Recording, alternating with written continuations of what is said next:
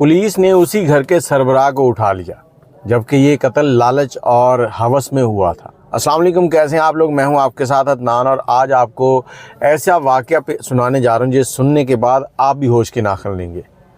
17 साल पहले लाहौर के इलाके में एक ऐसा वाक़या पेश आता है जो रोंगटे खड़े कर देता है। इस घर के अंदर 4 बच्चे मियाँ बीवी रहते थे और इनका जूतों का कारखाना था। कारखाना गुजरांवाले था। अब गुजरांवाले मियाँ जो है वहाँ पर काम करता था और उसके पास काफ़ी लेबर काम करती थी। इसी लेबर के अंदर उसने अपनी साली के बेटे को भी रखा हुआ था। वो वहाँ पर काम सीख रहा था। ये नौजवान वक्फे से अपनी मासी के घर जाता था, वहाँ उनके साथ उठना बैठना सब कुछ था। और 17 साल पहले दाता साहब के दरबार पर मेले का समा था और इसी वीडियो में आपसे जिक्र करना चाहूँगा। जैसे चंद दिनों पहले एक मियाँ बीवी गए हैं ना, तो पुलिस ने शौहर को ही पकड़कर तशद्दुद का निशाना बनाया। ऐसा ही वाक़या 17 साल पहले भी पेश आया। पुलिस ना 17 साल पहले बदली थी ना आज बदली है, वही रिवायती अंदाज चल रहे हैं। ये वीडियो सुनने के बाद आपको मालूम हो जाएगा। अब वो शख्स जो है अपने जूतों का कारोबार कर रहा है। इधर मेला लग रहा था और उसका जो साली का बेटा था वो उसके पास आया, कहता कि आज रात हम लोग लाहौर जा रहे हैं और लाहौर मेला देखेंगे। उससे कुछ खर्चा वगैरह लिया और उसने अपने दोस्तों के साथ प्लान बना रखा था। प्लान क्या बनाया था कि हम लाहौर जाएंगे, मेरी जो खाला है उसके पास बहुत पैसा है, वहाँ जाकर उससे पैसे निकालेंगे और उसके बाद अपना कारोबार शुरू करेंगे। अब ये सारे दोस्त जो हैं वो लाहौर जाते हैं। दाता दरबार पर शाम होती है, वहाँ से 20 रुपए की छुरी ख़रीदता है ये नौजवान और छुरी ख़रीदने के बाद अपने दोस्तों को लेकर अपने उस खालू के घर की तरफ रवाना हो जाते हैं। वहाँ जाते हैं, रात के टाइम दरवाज़ा खटखटाया। जैसे ही दरवाज़ा खटखटाया तो अंदर से उन्होंने पूछा कौन, तो इस नौजवान ने कहा कि मैं हूँ। अब उसकी जो मासी थी उसने दरवाज़ा खोल दिया, ये अंदर दाखिल हुआ। उसने कहा ये साथ कौन है? उसने कहा मेरे साथ दोस्त हैं, ये दाता साहब दरबार पर आए थे। अब जैसे ये अंदर दाखिल हुए हैं तो इसने छुरी निकाली और एक दोस्त ने पीछे से जाकर उसकी जो मासी थी उसको पकड़ लिया।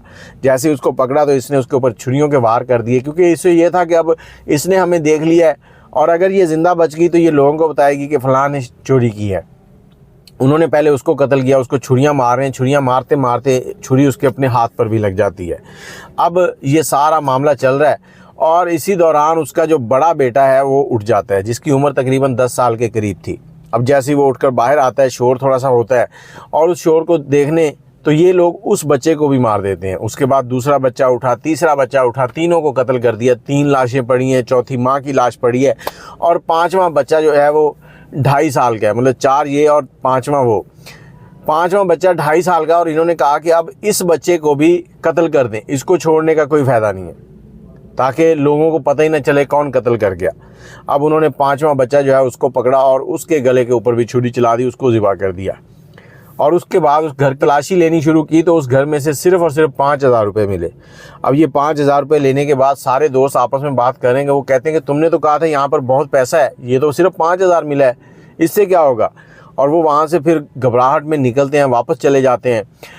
अगले दिन सुबह जब दूध वाला दूध देने आता है तो दूध वाला बेल बजा रहा है बार बार, तो अंदर से कोई नहीं आ रहा। तो उन्होंने साथ वालों से पूछा, साथ वाले कहते रात को तो इधर ही थे।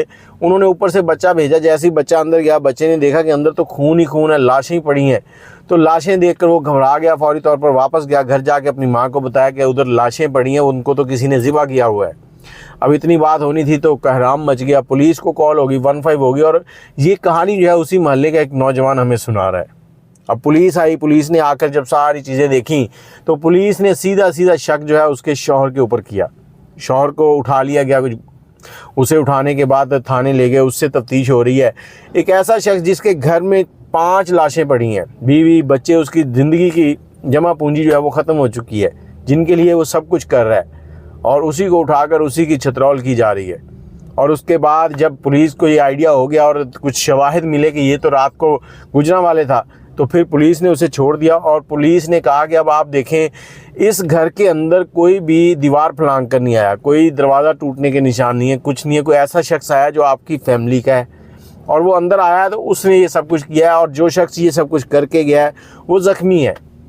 अब आपने देखना है कि कौन ऐसा शख्स है। 5 जनाजे तैयार हैं और एक क़यामत का समा बना हुआ है वहाँ पर।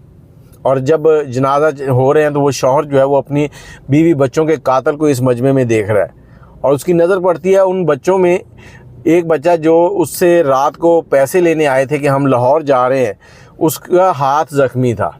उसने पुलिस वालों को बताया कि ये बच्चा रात को मेरे पास आया था, ये ठीक था, अभी इसका हाथ ज़ख्मी है। पुलिस वाले गए और उस बच्चे को लिया और लेकर साइड में निकल गए और गाड़ी में बिठाया, थाने ले गए। थाने ले जाकर जब रवायती अंदाज में उससे पूछताछ की तो जल्द ही वो मान गया कि हमने ये कत्ल किए हैं। क्यों किए? ये मामला था, हम सिर्फ़ और सिर्फ पैसे लूटना चाहते थे ताकि हम अपना एक कारखाना लगाएं। काम तो हमें आता है, हम चाहते थे कि हमारा अपना कारखाना हो, हम अपना काम करें और अपना पैसा कमाएं।